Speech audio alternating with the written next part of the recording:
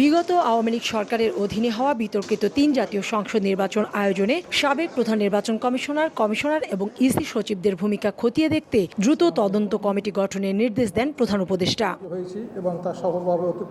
এই নির্দেশনার সপ্তাহখানেকের মধ্যেই বিতর্কিত ৩ নির্বাচনে অনিয়মের প্রতিকার চেয়ে ইসিতে চিঠি দিল বিএনপি।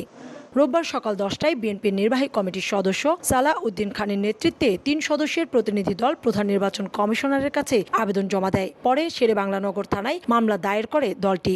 এই যে ভোট তারা করেছে, নির্বাচন কমিশনার সহ তার সহযোগীরা, তাদের বিষয় নিয়ে আমরা একটা অভিযোগ নিয়ে থানায়, এবং দুটি অভিযোগ আমরা প্রধান নির্বাচন কমিশনার, বর্তমান প্রধান নির্বাচন কমিশনার, এই মাননীয় প্রধান কমিশনার এবং মাননীয় আপনার সচিব সাহেব ওখানে উপস্থিত ছিলেন, তাদের কাছে আমরা এই জমা দিলাম। আমরা জানি এই বর্তমান সচিব এবং প্রধান নির্বাচন কমিশনারের সাথে যারা অন্যান্য নির্বাচন কমিশনারের এই যে অভিযোগটা আমরা দিলাম, ওনারা ওটা আইনগত ব্যবস্থা নেবেন। এদিকে ত্রয়োদশ জাতীয় সংসদ নির্বাচন সামনে রেখে রাজনৈতিক দলের নিবন্ধন পেতে আবেদনের শেষ দিনে নির্বাচন ভবনে ভিড় করেন নতুন রাজনৈতিক দলের নেতারা। বলেন, রাজনীতিতে গুণগত পরিবর্তনে কাজ করতে চান তারা। আমরা কোনো নির্দিষ্ট সংখ্যা নিয়ে সামনে নির্বাচনে এগোতে চাই না, তবে যতটা আসনে আমরা ভালো প্রার্থী পাবো, নেতৃত্বের বিষয়ে আমরা কোনো ধরনের কম্প্রোমাইজ করব না। নির্বাচন কমিশনের যে ডিমান্ড, সেই ডিমান্ড অনুযায়ী আমরা সমস্ত কিছু জমা দিয়েছি।